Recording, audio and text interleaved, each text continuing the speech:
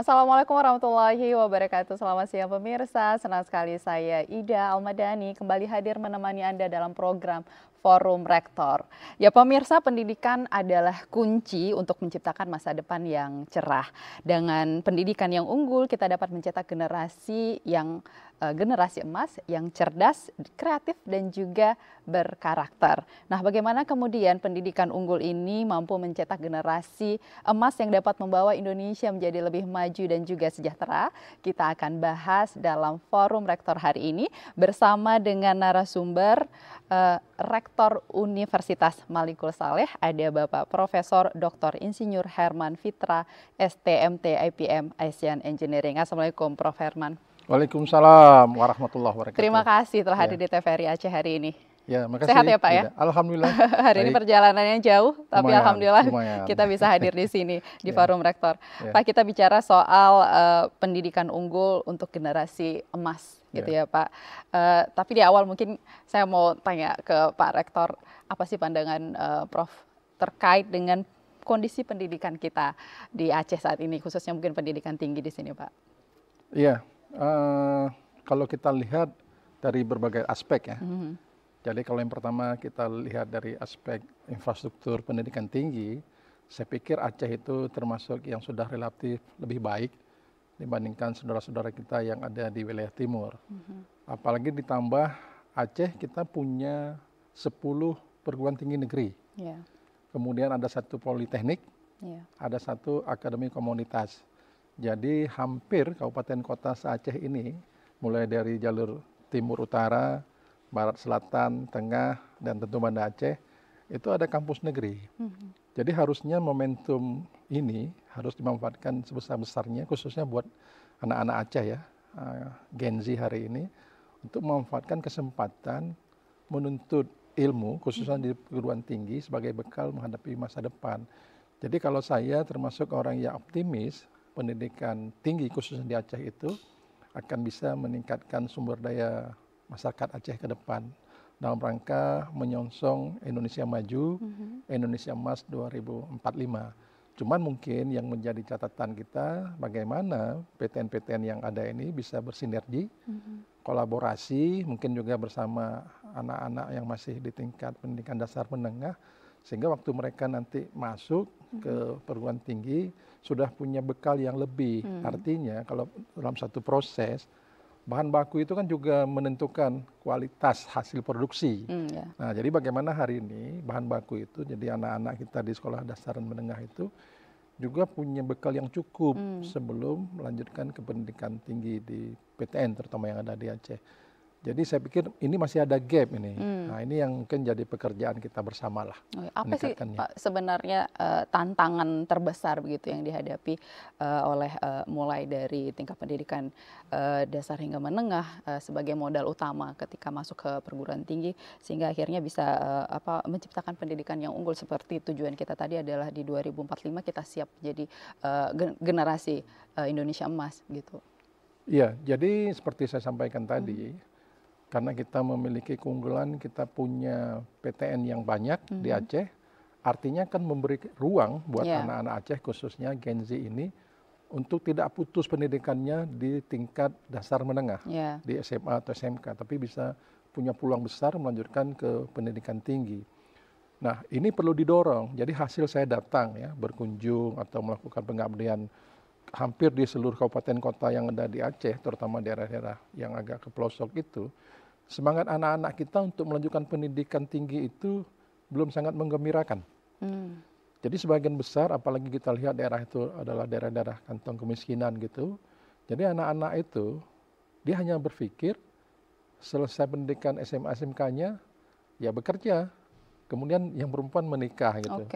Apalagi kalau waktu mereka sekolah itu kan hari-hari mungkin ke sawah, ke kebun, sudah dapat penghasilan. Jadi berpikirnya ya yang ringan-ringan aja hidup ini. Ya sudah seperti ini, mau apa lagi gitu. Karena apalagi kalau dilihat misalnya di sekitar mereka itu ya, anak-anaknya pergi kuliah, kemudian pulang juga nggak dapat pekerjaan, itu semangat adik-adiknya, tetangga di situ, ngapain kuliah capek-capek jauh-jauh, toh akhirnya juga nggak ada pekerjaan. Ini satu masalah besar saya pikir ya. Rutin saya berkunjung itu masalah itu sampai hari ini belum selesai. Nah, jadi harus dikasih pemahaman bahwasannya melanjutkan ke pendidikan tinggi itu tidak semata-mata untuk menjadi ASN mungkin hari ini ya. Tapi bagaimana merubah paradigma berpikir anak-anak muda ini, melihat kehidupan masa depan, tantangan di depan.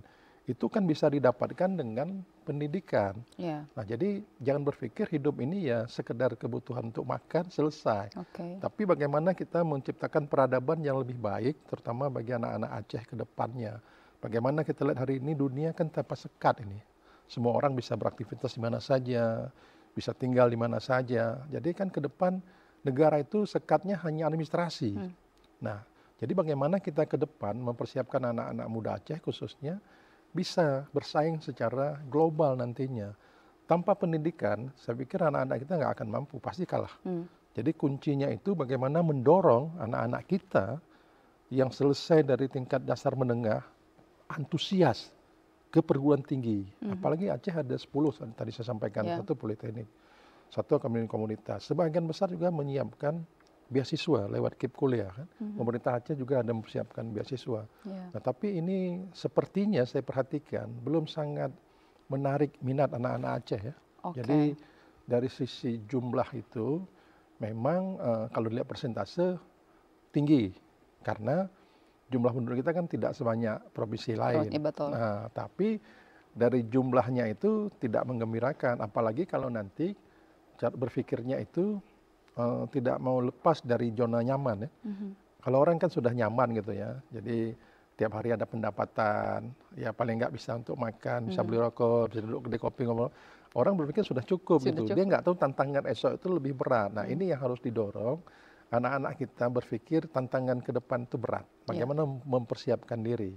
Dunia ke depan tanpa sekat, ya, tanpa batas. Jadi hanya yang unggul yang muncul sebagai pemenang. Dan saya berharap anak-anak Aceh ini, Gen Z ini, apalagi dalam suasana kita sudah 20 tahun ya damai, memanfaatkan peluang itu. Jadi sudah cukup lah masa-masa kita dulu berkonflik ya.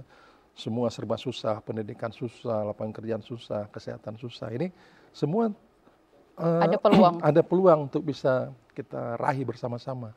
Jadi anak muda itu harus semangat ya melanjutkan pendidikan tinggi sebagai pintu gerbang hidup ke depan yang lebih baik, merubah peradaban kita. Gitu. Artinya memang di sini ada masalah motivasi di generasi kita yang memang tidak akhirnya tidak memiliki minat besar untuk bisa melanjutkan pendidikan, begitu. Dan tentu ini berpengaruh besar terhadap masa depan kita seperti yang Bapak sampaikan tadi. Tapi ada sih Pak, apa sih sebenarnya yang menjadi concernnya pemerintah juga di sini untuk bisa memberikan motivasi kepada generasi kita bahwa pendidikan ini kan tidak hanya sampai menengah saja, masa depan kita panjang, tantangannya juga akan lebih besar lagi ke depan. Tentu dengan akses pendidikan yang sekarang juga punya peluang besar seperti yang Bapak sampaikan tadi, apakah ini memang masih jadi satu masalah akses untuk mendapatkan pendidikan itu sendiri? Iya, jadi yang pertama sampai hari ini ya saya dapat itu keluhan dari anak-anak kita calon mahasiswa itu, jadi masih banyak keluarga yang tidak mendukung ya anak-anaknya melanjutkan pendidikan tinggi. Jadi mereka langsung ngomong ke anaknya, saya orang tuamu nggak punya biaya membantu kamu. Nah, untuk apa sekolah tinggi-tinggi kalau tidak ada jaminan? Ya. Sehingga mereka biasanya ngomong gini, kalau mau kuliah silakan pergi, kami nggak punya apa-apa. Nah, ironisnya anak-anak ini ya secara administrasi dia nggak bisa mendapat beasiswa. Kan ada aturan ya yang membolehkan anak-anak itu dapat beasiswa. Mereka nggak punya administrasi, jadi otomatis walaupun miskin kita nggak bisa bantu beasiswa KIP kuliah itu. Nah ini juga menjadi tantangan ya bagaimana anak-anak muda, Gen Z itu mendapat akses pendidikan. Tapi dia juga harus mempersiapkan diri secara administrasi agar itu bisa didapatkan. Kita banyak ya, sampai hari ini itu banyak sekali anak-anak miskin. Waktu kita survei ke rumahnya kita lihat miskin. Tapi nggak bisa kita bantu beasiswa KIP kuliah. Mungkin yang bisa dibantu hanya persentase sedikit lewat bantuan para dosen gitu ya. Kita punya zakat gitu dikumpulkan, kemudian dikasih lah untuk bayar UKT biasanya gitu. Dan itu kan terbatas jumlahnya dibandingkan dengan kuliah. Jadi saya pikir hari ini bagaimana semua kita, termasuk pemerintah ya, termasuk dari kampung-kampung itu memberikan edukasi bagi orang tua, masyarakat untuk mendorong anak-anaknya mau melanjutkan pendidikan. ya, didorong bersama-sama. Kalau di daerah perkotaan saya pikir itu nggak begitu susah karena anak-anak ini kan cukup informasi. Tapi pengalaman kami 2 tahun yang lalu kami berkunjung ke salah satu kecamatan ya di pedalaman Aceh Utara. Dari 80 anak-anak SMA di situ, kami datang, kami jemput itu ya. Kami bawa ke kampus, lihat suasana kampus gitu, biar ada semangat motivasi ya. Kita kasih semua waktu itu. Terakhir yang mau lanjut kuliah hanya 2 orang. Oke. Jadi waktu saya tanya dengan kepala sekolahnya, Pak, Dari bersyukur 80. Pak, bersyukur Pak, 80 ada 2, biasanya nggak ada Pak. Oke. Jadi ya sudah, yang perempuan siap-siap tunggu di Pinang, yang laki-laki kalau nggak ada kerjaan di sawah, ya di kebun, biasanya merantau ke Malaysia. Ya sudah sebatas itu katanya. Jadi waduh sedih juga saya bilang, padahal kampus saya itu Meleku Saleh kan di Aceh Utara, dekat lah ya, relatif dekat di satu kabupaten gitu. Tapi semangatnya belum, juga sama waktu saya datang ke pedalaman di Aceh Singkil ya, di Sebulu Salam. Jadi mereka sudah nyaman dengan sawit yang mereka punya. Saya ingatkan tuh, hati-hati deh, nanti kebunnya itu bisa milik orang lain. Memang tanahnya kalian punya, tapi secara regulasi nanti itu udah mereka yang atur, saya bilang. Kita nggak bisa ngapa-ngapain. Jadi siapkan dirimu supaya kita nggak diatur oleh orang nanti, oleh orang asing untuk saya. Dia menguasai itu semua, nanti kan ada kartel ya yang membentuk itu misalnya. Kita nggak bisa. Jadi kalian harus semangat deh untuk lanjutkan pendidikan tinggi. Jadi kuncinya harus semua stakeholder itu bareng-bareng memberikan motivasi ya ke anak-anak kita untuk mau melanjutkan pendidikan tinggi. Jadi kunci keberhasilan orang itu menurut saya pendidikan. Pendidikan, itu adalah hal utama ya, Pak ya? Tanpa pendidikan itu nggak akan mungkin. Nah pendidikan tentu harus disupport dengan kesehatan kan. Jadi orang juga harus sehat ya. Supaya waktu dia belajar itu hasilnya maksimal. Kan susah juga orang pendidikan tinggi tapi nanti kondisi kesehatannya sakit-sakitan. Jadi saya dorong juga nih anak-anak Aceh Gen Z itu untuk mau menjaga diri sewaktu muda. Saya pernah waktu itu ketemu dengan Kanwil PLN Aceh pada saat rekrutmen untuk pegawai PLN. Dia sebutkan anak-anak Aceh itu Pak sebagian besar gugurnya di kesehatan. Jadi karena artinya gaya hidup, kita dengan kesehatan. Gaya hidup, suka begadang, terus di luar, ngopi ya. Itu, ya. Nah, 1000 warung kopi ya, soalnya. Akhirnya secara fisik kesehatan itu terganggu tanpa kita sadar. Saya kaget juga waktu dengar. Jadi sakitnya apa? Ada darah tinggi Pak, masih 20-an udah darah tinggi, udah kolesterol. Jadi pola hidup. Jadi artinya kita dorong pendidikan, tapi pola hidup itu juga diikuti. Karena nanti nggak ada arti pendidikannya tinggi, bagus, orangnya nggak sehat, sakit-sakitan, juga nggak bisa buat apa-apa. Jadi pendidikan kesehatan ini harus selaras jalannya. Oke, balik lagi ke motivasi ini tadi Pak, saya agak berpikir apakah memang kita ada masalah kurangnya tokoh-tokoh yang mungkin jadi motivator dan juga inspirator yang memang dicetak dari lulusan perguruan tinggi yang ada di Aceh begitu, yang menjadi semangat untuk generasi kita saat ini, bahwa bukan faktor ekonomi yang menjadi salah satu penghambat utama dalam melanjutkan pendidikan tinggi itu sendiri. Iya. Jadi saya pikir pola hidup kita hari ini kan berbeda ya. Saya dulu kan atau saya disebut Gen X lah ya. Kita dulu kan informasi dapatnya dari dari koran, membaca, ya, nonton televisi, ikut-ikut kegiatan gitu.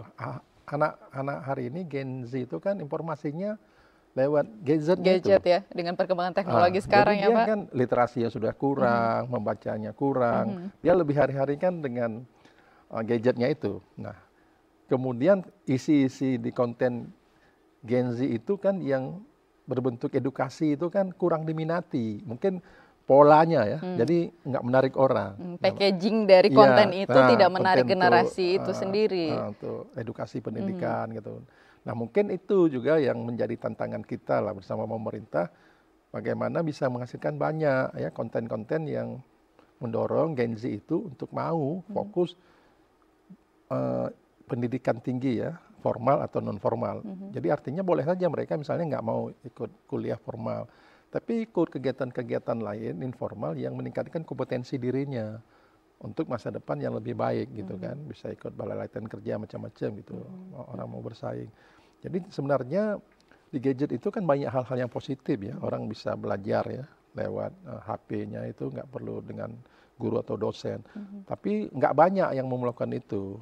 Jadi kan orang lebih suka misalnya hari ini lihat berita-berita yang hoax mungkin, yang Iya. lagi tren ya kan, Iya. fashion macam-macam yang tidak produktif Iya, untuk apalagi kalau pendidikan lihat, itu.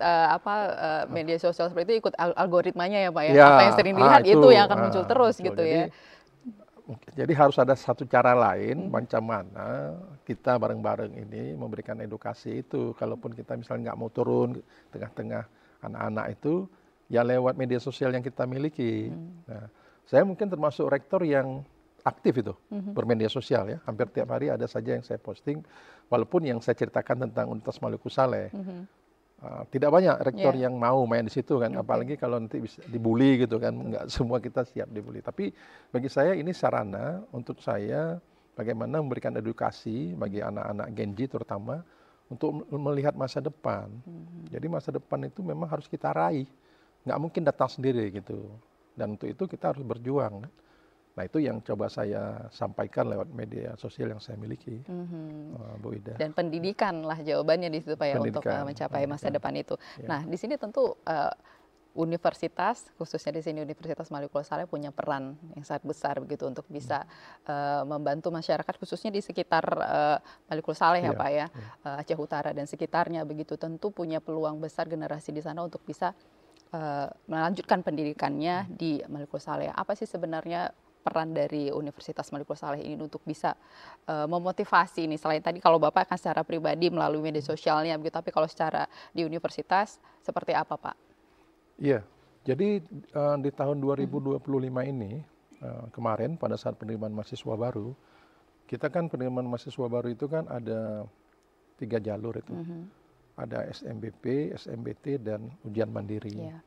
Nah di awal itu pada saat seleksi berbasis nilai rapor, itu kami datang ke sekolah-sekolah yang ada memang di Aceh Utara, Kota Lusmi dan Biren ya. Tapi memang karena waktu terbatas, kami nggak mungkin masuk ke semua sekolah gitu. Jadi saya datang ke sekolah, saya minta semua anak-anaknya dikumpulkan gitu. Nah di situ saya kasih motivasi, ya, saya kasih contoh gambaran macam-macam gitu. Malah untuk menarik mereka kita kasih hadiah-hadiah gitu, door prize gitu ya, biar mereka semangat gitu. Untuk mereka mau melanjutkan pendidikan tinggi. Memang ada peningkatan ternyata dengan cara seperti itu. Okay.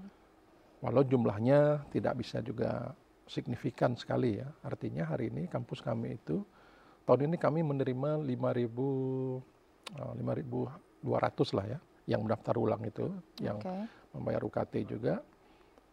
Itu saya rasa masih banyak juga anak-anak yang datang dari luar Aceh ke Unimal. Sementara anak-anak yang ada di sekitar kampus saya itu juga belum menjadi dominan. Padahal saya sudah membuka ruang yang besar buat anak-anak yang ada di sekitar kampus ini untuk mau gitu. Nah, tapi memang harus bareng-bareng ini. Artinya kami turun ya, menjemput, kemudian orang tua mendukung, kemudian pemerintah mempersiapkan bantuan pendidikan dan macam-macam. Jadi semua pihak sinergi lah melakukan itu. Supaya semakin banyak anak-anak Aceh khususnya Gen Z ini calon pemimpin ke depan yang punya pendidikan yang lebih baik. Nah, kenapa pendidikan perlu lebih baik? Supaya anak-anak ini dalam mengambil satu keputusan nantinya ke depan, daya analisisnya sudah kuat, sudah terbiasa di pendidikan tinggi kan. Nah, itu yang perlu kita dorong. Jadi kalau ada misalnya isu-isu negatif, ya hal-hal yang tidak baik, provokasi, mereka sudah punya filter dulu. Jadi nggak ikut-ikutan gitu. Tapi kalau mereka nggak punya kemampuan analisis, ya sudah mudah sekali terprovokasi. Terbawa aja arus kan. Kalau nanti arusnya yang nggak baik, ya jadi nggak baik semua. Jadi pendidikan itu yang bisa memfilter dia. Oke, jadi cara berpikir yang bijaksana begitu ya Pak. Jadi bukan berarti pendidikan itu ya harus nanti sukses dengan punya pekerjaan dan sebagainya begitu ya. Salah satu yang paling penting itu bisa pola pikir yang baik sehingga mampu menghadapi tantangan-tantangan yang ada di lingkungan kita saat ini. Tapi begitu. sedikit Mbak Indah, saya tambah dulu sedikit ya. Jadi memang pendidikan itu tidak menjamin seseorang itu menjadi kaya. Ya. Tapi kalau pendidikan kita baik, insya Allah ya, kehidupan kita juga akan baik. Nah, misal dilihat contoh, mungkin ada 1-2 orang yang secara pendidikan nggak bagus tapi sangat sukses. Tapi itu kan jumlahnya hitungan tangan. Jadi itu nggak bisa jadi contoh. Ya. Itu kita anggap orang-orang yang beruntung. Dalam hidup ini kan tetap ada orang yang beruntung. Ya. Tapi secara general itu kan akan linear dia. Pendidikannya bagus, kehidupannya pasti bagus. Gitu. Dan itu yang harus diyakini. Jadi makanya pada saat kita melakukan pendidikan tinggi lanjut kuliah itu, kita harus benar fokus dengan pendidikan itu, jangan sebatas jadi mahasiswa. Iya. Tapi intisari pendidikan itu kita nggak dapat, nah itu repot juga. Repot juga. Jadi Karena banyak tantangannya kuliah sebenarnya. itu kan bukan untuk kalau dibilang orang bukti pernah kuliah, tapi ijazah itu harus bisa dipertanggungjawabkan dan transkrip nilai itu harus bisa dipertanggungjawabkan. Iya. Itu baru kuliah seutuhnya. Bukan hanya ada nilai, tapi Bukan, kita dari diri kita nggak punya skill, nggak punya kemampuan begitu ya Pak dan ya. cuma cari ijazah.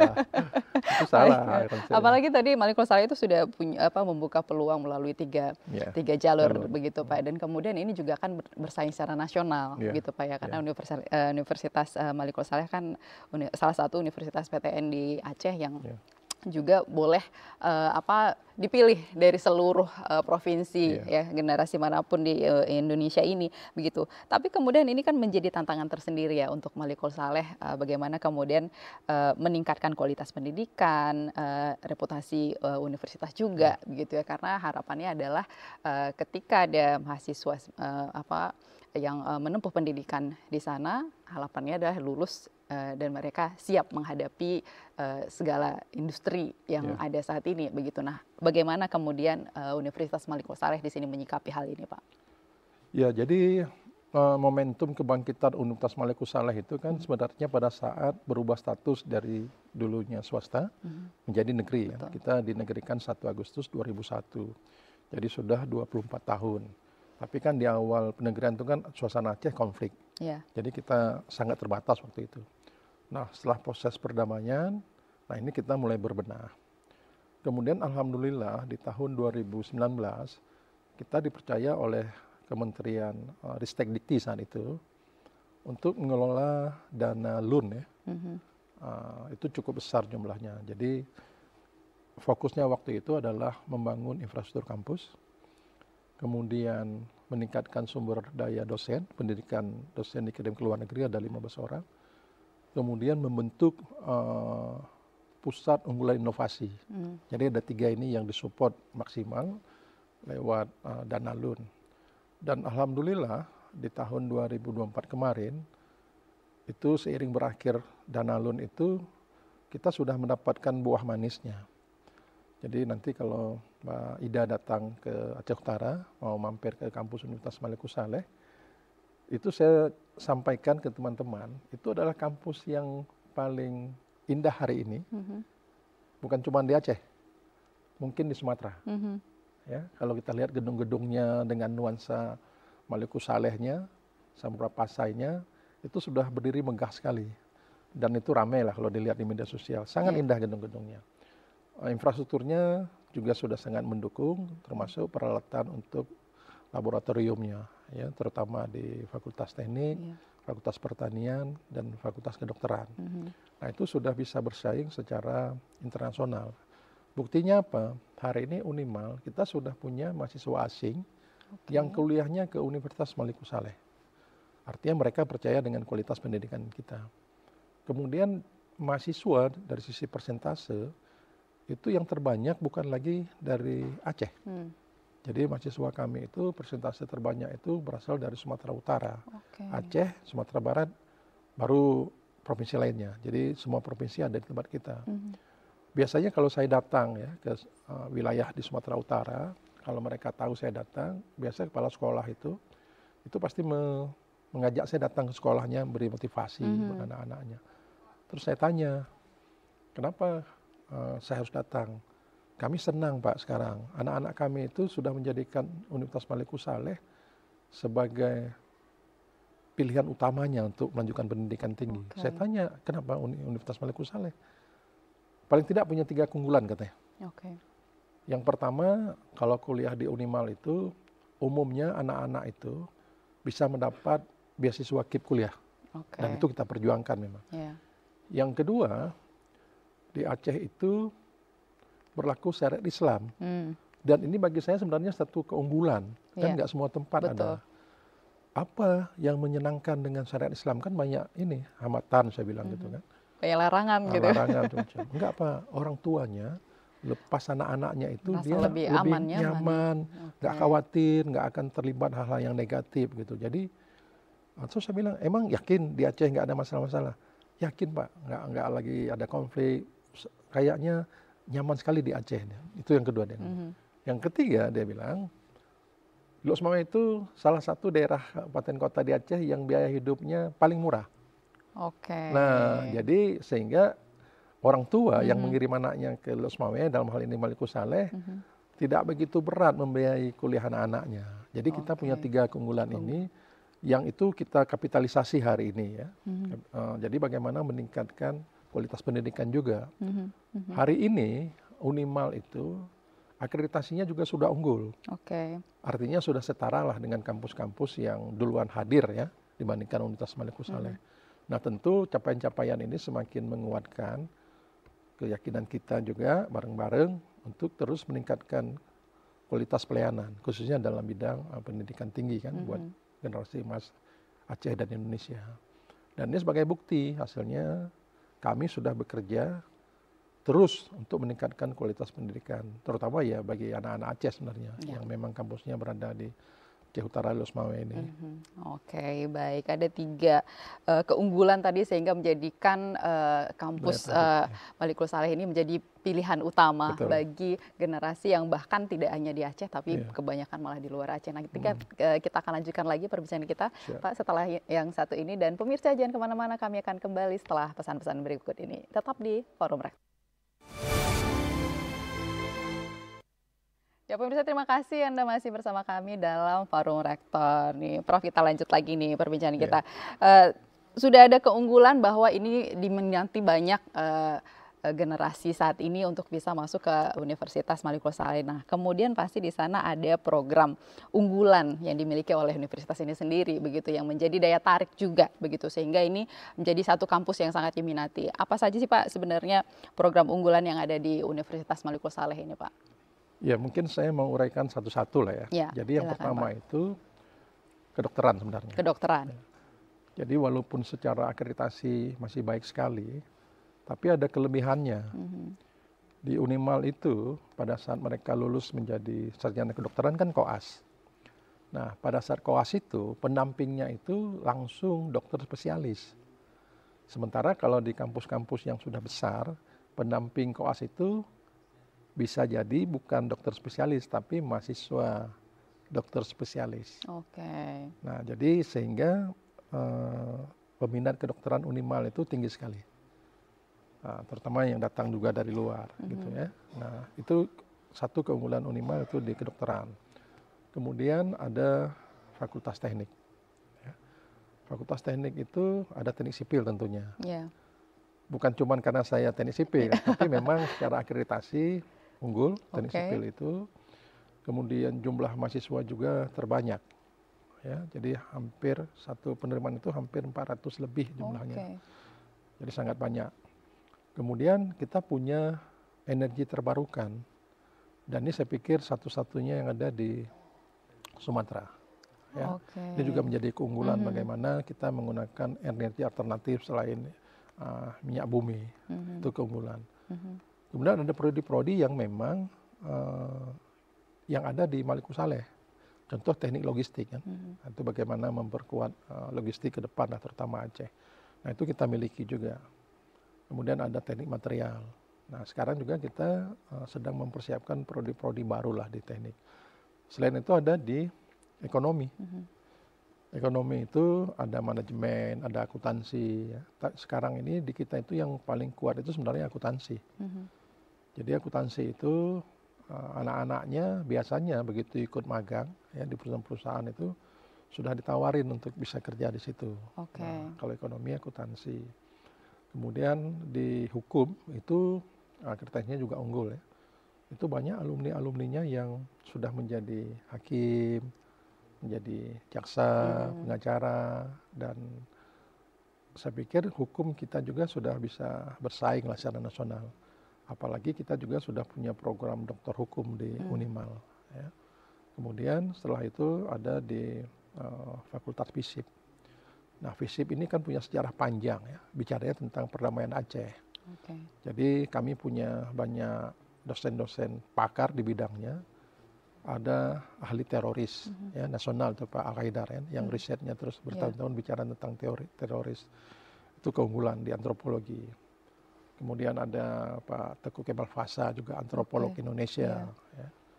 Kemudian teman-teman yang berkecimpung yang memberikan masukan pada saat proses perdamaian, mempersiapkan kanun ya, perdamaian tentang Aceh. Maka kami nyatakan kalau teman-teman di Indonesia mau belajar tentang perdamaian itu datang ke FISIP Unimal, karena FISIP tertua di PTN itu kan ada di Maluku Saleh. Bagaimana proses perdamaian itu dibangun, kemudian bagaimana mengisi proses perdamaian. Sehingga kita punya profesor sosiologi terbanyak sekarang, ya, yang fokus memang dalam hal masalah-masalah sosial yang ada di Aceh.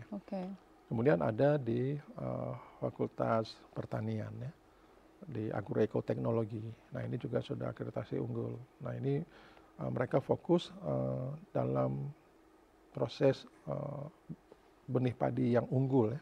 Nah fokusnya di situ juga. Nah selain kopi lah, karena Aceh kan penghasil kopi. Gitu. Nah, jadi ada di 5 fakultas ini prodi-prodi yang unggul. Nah selain itu seperti tadi saya sampaikan, kita kan dengan dana LUN itu didorong untuk punya pusat unggulan inovasi.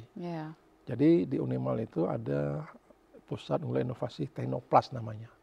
Jadi ada teknologi yang mendaur ulang limbah-limbah plastik itu menjadi barang-barang yang bisa dimanfaatkan. Dan itu juga berkolaborasi dengan pemerintah Kota Lues Mawé. Jadi bagaimana limbah-limbah plastik yang cukup banyak yang menjadi masalah terutama di wilayah perkotaan, hari ini bisa kita daur ulang menjadi bahan-bahan yang bisa dimanfaatkan. Nah memang cuman kelemahannya biaya produksinya yang masih relatif tinggi, jadi belum kompetitif kan. Tapi kami fokus terus di situ agar nanti bisa menghasilkan produk-produk unggulan dari limbah plastik ini yang juga bisa diproduksi massal dengan harga yang kompetitif. Nah di samping itu juga kita sekarang sudah melakukan penggunaan material pengganti plastik yang ramah lingkungan kan, sehingga waktu dibuang itu kemudian ditanam itu proses daurnya itu menjadi lebih cepat, menjadi busuk dia. Nah itu keunggulan kita, dan itu sudah terus mendapat pembiayaan dari Kementerian Dikti Saintek hari ini untuk melakukan riset-riset lebih jauh terkait bagaimana mengolah limbah plastik itu menjadi barang-barang yang bisa lebih dimanfaatkan. Saya pikir itu. Luar biasa memang ini hampir semua tadi program studi ataupun prodi yang di sana tuh udah terakreditasi unggul begitu, dan punya keunggulan masing-masing yang unik juga. Begitu ya Pak. Dan ada program yang memang saat ini sudah berjalan yang memanfaatkan teknologi dengan inovasi-inovasi terbaru saat ini begitu. Nah, ini kan tentu juga perlu dukungan dari tenaga pengajar dosen di sana yang punya penelitian dan riset atau riset yang memang sangat mumpuni untuk bisa membangun inovasi baru dan mengajak mahasiswa juga tentunya. Nah, sejauh ini bagaimana kemudian Universitas Maluku Saleh mensupport ya penelitian yang dilakukan oleh para dosen ataupun tenaga pendidik di sana, Pak? Iya, jadi saya dilantik oleh Menteri Ristek Dikti saat itu masih 2019 jadi rektor 2018. Jadi di awal 2019 saya fokus dulu meningkatkan SDM dosen, terutama untuk riset dan publikasi. Jadi waktu saya jadi rektor itu saya siapkan anggaran yang cukup besar sebenarnya untuk pembiayaan riset dan publikasinya. Jadi ada hibah namanya, hibah dari perguruan tinggi Unimal bagi dosen-dosen yang akan melakukan penelitian-penelitian. Dan sekarang memang penelitian itu kita arahkan adalah untuk kawasan di sekitar kampus. Apakah memberdayakan ekonomi masyarakat, apakah menjawab persoalan-persoalan teknis yang ada di sekitar kampus. Jadi anggaran penelitian dan publikasi Unimal itu sangat besar jumlahnya. Itu cara saya mendorong peningkatan sumber daya dosen. Dari hasil riset itu, hasil publikasi itu, makanya hari ini jumlah doktor di Unimal itu bertambahnya 1000%. Dalam saya 6 tahun sudah memimpin Unimal ini, meningkatnya 1000% jumlahnya. Dan ini tentu karena kita mempersiapkan anggaran yang cukup besar kan, jadi semangat dosen-dosen meneliti itu jadi tinggi. Nah, itu salah satu cara yang saya lakukan agar dosen-dosen itu selain mengajar, fokus risetnya itu juga kita dorong, dan kita berharap risetnya itu adalah dari awal sampai akhir linear di bidang dia gitu. Oke. Jadi kalau yang ahlinya bicara tentang konflik, ya risetnya tentang konflik. Kalau ahlinya tentang daur ulang limbah plastik, ya fokusnya tentang limbah plastik. Kalau bicaranya tentang marketing, pemberdayaan masyarakat, ya kita kasih ke teman-teman yang ahli di manajemen, seperti itu. Oke, dan tentu ini harapannya kan berdampak untuk tadi seperti Bapak katakan Masyarakat masyarakat sekitar iya. begitu. Nah, ini juga tentu membutuhkan kolaborasi yang maksimal juga dengan masyarakat begitu untuk mewujudkan tadi salah satu tridharma dari universitas yaitu melakukan riset yang akan dilakukan di masyarakat setempat. Nah, bagaimana kemudian membangun kolaborasi yang baik antara universitas dengan masyarakat sekitar, Pak? Ya, saya pikir hari ini kami relatif berhubungan sangat baik ya. Kami punya 8 kampung yang dibina oleh Universitas Malik Saleh. Jadi ada 4 itu di kampus utama Relet, kemudian ada 2 di kampus Bukit Indah, kampusnya kan ada beberapa titik. Kemudian 1 di Utengkot Cunda Lusmame, 1 di Lancanggaram. Di Lancanggaram memang agak sedikit lah karena relatif wilayah sudah lebih baik secara ekonomi. Yang terbesar itu memang di wilayah Relet. Ya, jadi selain kita melakukan riset-riset, kita juga memberdayakan masyarakat sekitar. Jadi dalam kegiatan pembangunan kampus juga melibatkan masyarakat sekitar supaya saya sering menyampaikan ke teman-teman, keberadaan kampus ini tetap harus memberikan dampak bagi masyarakat sekitar. Kalaupun kita misalnya nggak bisa memberikan dampak buat 10 orang, minimal 1 orang gitu. Tapi harus, dan kita juga nggak mungkin ya bisa melayani semua masyarakat yang ada. Tapi secara umum Unimal harus memberikan dampak. Jadi saya ingatkan ke dosen-dosen, saya bilang kalau buat riset kolaborasi yang diutamakan adalah kolaborasi dengan masyarakat di 8 desa binaan ini. Nah, begitu juga dengan kalau ada pembangunan, ada rekanan yang datang, apakah dari luar Aceh, dari Jakarta, BUMN, tolong berdayakan juga dulu masyarakat sekitar. Saya bilang itu juga kita dorong gitu ya. Dan masyarakat juga perlu diberikan edukasi kan, sehingga ada dampak keberadaan Malik Saleh. Terutama saya bilang dalam hal ekonomi, ya. Jadi supaya tumbuh lapangan-lapangan pekerjaan UMKM lah bagi masyarakat sekitar. Dan hari ini kalau nanti Mbak Ida datang ke Relet ya, akan terlihatlah perubahan-perubahan setelah keberadaan Universitas Malik Saleh. Oke, jadi sudah ada dampak positif yang berdampak terhadap masyarakat, khususnya bidang ekonomi, UMKM dan lain sebagainya, begitu Pak ya. Ini tujuan utama yang tentunya yang diharapkan oleh Universitas Malik Saleh, begitu dah. Dan selain itu tentu perlu kolaborasi juga yang dibangun oleh universitas dengan industri, begitu ya Pak. Apalagi kalau kita lihat di Aceh Utara itu dekat dengan Kek Arun, begitu yang saat ini mulai dikembangkan kembali. Nah, keberadaan Universitas Malik Saleh tentu di sini punya peran penting, begitu ya, untuk nanti lulusan dan kemudian alumni dan sebagainya, begitu. Bagaimana kemudian kolaborasi ini dibangun untuk menghasilkan dampak juga nantinya untuk tujuan yang sekarang juga dilakukan oleh pemerintah Aceh? Ya, kalau bicara industri, kami itu kerjasama yang paling intens itu dengan SKK Migas, BPMA, kalau Aceh BPMA. Jadi di 2019 itu Universitas Malik Saleh ditunjuk oleh SKK Migasan itu sebagai pusat edukasi migasnya Aceh. Jadi di Unimal kita punya Migas Center yang peresmiannya oleh SKK Migasan itu. Dan sampai hari ini terus berjalan itu. Jadi banyak kegiatan-kegiatan migas itu dengan SKK Migas yang melibatkan K3S itu. Joint partnernya di Aceh Universitas Malik Saleh. Termasuk dalam hal ini melibatkan adik-adik mahasiswa.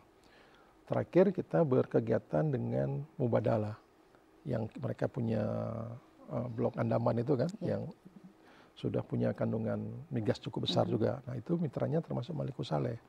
Nah itu kita dorong ya terus. Kemudian selain itu ada dengan PT PIM, di sana ada PIM, ada PHI, ada PAG. Nah cuman memang belum bisa sangat maksimal ya, masih sangat, menurut saya ini belum maksimal lah, harus lebih kuat didorong untuk bisa digali kolaborasi lebih menguntungkan kedua belah pihak. Tapi kalau bicara Kek Arun ini masih stagnan karena memang keknya juga belum berjalan seperti yang diharapkan gitu. Jadi ini belum. Dan sebenarnya kemarin pada saat kami ketemu dengan Pak SBY, dengan teman-teman Wali Nanggro, dengan Wagub, hal ini sempat kami diskusikan ya, supaya bisa disuarakan lebih kuat bareng-bareng lah. untuk mendorong tumbuhnya ekonomi baru di kawasan Kek Arun Luxmawa itu. Ini kan jadi peluang yang sangat besar begitu ketika masalah ekonomi sekarang menjadi satu masalah utama Aceh, dan Universitas Malikul Saleh ada di sana, tentu ini bisa menjembatani proses peningkatan geliat ekonomi kembali begitu yang ada di wilayah Aceh Utara dan sekitarnya tentunya begitu. Baik, Pak, tentu masalah pemerataan pendidikan adalah salah satu hal yang penting juga begitu. Walaupun tadi memang sudah ada jalur yang bisa diikuti oleh setiap calon mahasiswa yang melalui 3 jalur tadi.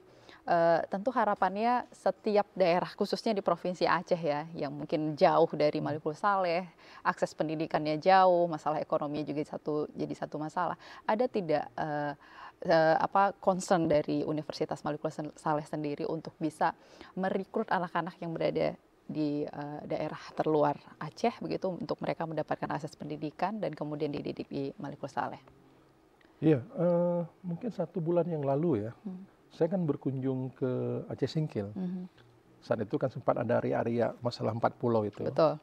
Nah, saya datang ke sana, ketemu dengan Pak Bupati Aceh Singkil, dengan kepala daerah, kemudian teman-teman SKPD di sana. Saya memberi ruang. Saya bilang kalau ada anak-anak, ini kan kita wilayah pesisir ya, kelautan gitu.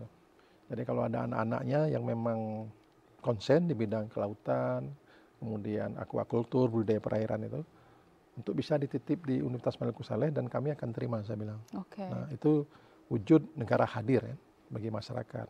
Sama juga pada saat kami berkunjung ke Pulau Banyak waktu itu, mungkin sekitar 2 tahun yang lalu, juga mengajak itu. Kemudian ke Simelu, ya, waktu itu masih Pak PJ di sana, kita beri ruang untuk bisa datang ke Unimal gitu. Karena jangankan anak-anak Aceh, malah anak-anak dari Papua itu juga kita beri ruang. Masa anak Aceh, anak lokal enggak. Jadi tetap kita beri ruang. Dan ini yang saya belum sampai ke Pulau Aceh. Pulau Aceh. Nah, saya belum sampai ke sana, moga-moga nanti saya bisa sampai. Saya juga mau undang anak-anak itu, anak-anak wilayah-wilayah terluar 3T itu, untuk bisa dapat akses pendidikan yang lebih mudah gitu. Itu kita beri ruang. Ada ruang itu Pak ya. Tentu tadi melalui jalur yang pertama yang melalui prestasi itu ya Pak. Tadi kita sempat ngobrol bahwa saat break sebentar, bahwa karena ini kemarin baru penerimaan mahasiswa baru, ada satu masalah yang banyak jadi dominasi anak-anak SMA yang kemarin ikut malah nggak lulus gitu. Nah, yang lulusnya kebanyakan dari luar gitu. Nah, ini sebenarnya Bapak bilang bahwa peluang utamanya adalah melalui jalur prestasi tadi begitu. Itu adalah salah satu yang mungkin yang bisa ditempuh oleh masyarakatnya. Ini mungkin boleh Pak diinformasikan Pak. Ya, itu kan proses rekrutmennya mahasiswa kan 3 jalur, salah satunya SMBP. SMBP itu sebenarnya bersaingnya kan sesama mereka di sekolahnya itu ya. Nah, maka saya sampaikan, jangan memilih satu prodi itu rame-rame semua di situ, karena nggak mungkin semua diterima lulus. Jadi harus ada pemerataan. Kemudian kita juga hitung-hitung kemampuan kita, prestasi kita, cocoknya di prodi yang mana gitu. Maka saya sering menyampaikan, jangan fokus prodi-prodi yang dianggap tanda kutip favorit. Tapi ada prodi-prodi itu kalau kita bisa kembangkan diri, itu jauh lebih maju. Contoh saya bilang, kelautan tadi, kita kan daerah pesisir ini. Nah, itu kalau bisa dikapitalisasi ya, potensi kelautan kita, itu saya sering ngomong masa depan Indonesia itu bukan di darat hari ini, tapi di laut sebenarnya. 2/3 wilayah kita kan laut itu, sumber daya terbesar kita ada di laut. Nah, tapi ini kan belum tergali. Nah, saya mendorong anak-anak kita, terutama yang tinggal di kawasan pesisir, untuk fokus di situ. Kemudian juga pertanian ya, lahan kita cukup besar gitu, untuk mau. Jadi ada prodi-prodi yang memang kita dorong agar anak-anak memilih ke situ. Jadi kalau semuanya mau jadi dokter ya udah pasti nggak mungkin. Nah, jadi itu agak repot juga kan. Nah, maka kita dorong. Jadi ada pemerataan. Biasanya kalau kami datang itu kami kasih pemahaman, penjelasan, supaya mereka dapat kesempatan lebih besar untuk bisa diterima sebagai mahasiswa di PTN. Dan moga-moga langkah-langkah ini ke depan bisa terus kita lakukan. Jadi kadang-kadang kan anak-anak ini kan belum paham juga, kan dia nggak dapat informasi, maka perlu kita datang menjelaskan itu. Nah, supaya nggak rame-rame. Jadi kalau semua milih dokter ya nggak ada yang lulus memang. Siapa yang jadi pasien ini jadi dokter semua gitu. Kan satu yang lulus, yang lain kan udah otomatis kesempatannya hilang. Nah, tapi kalau lewat jalur SMBT itu memang betul-betul yang berdasarkan kemampuan tes akademiknya. Jadi kalau yang tinggi dari manapun dia ya udah pasti diterima, nggak ada hambatan. Ya, Itu dia. oke. Jadi open mindset terhadap peluang potensi dari potensi sumber daya alam yang ada di sekitar kita itu menjadi hal yang penting begitu ya Pak, agar nanti tahu nih masa depannya kita mau harus ngapain gitu dengan potensi yang ada di sekitar kita. Baik, nanti kita akan lanjutkan lagi perbincangan kita, tapi setelah yang satu ini jangan kemana-mana, tetap di Forum Rektor.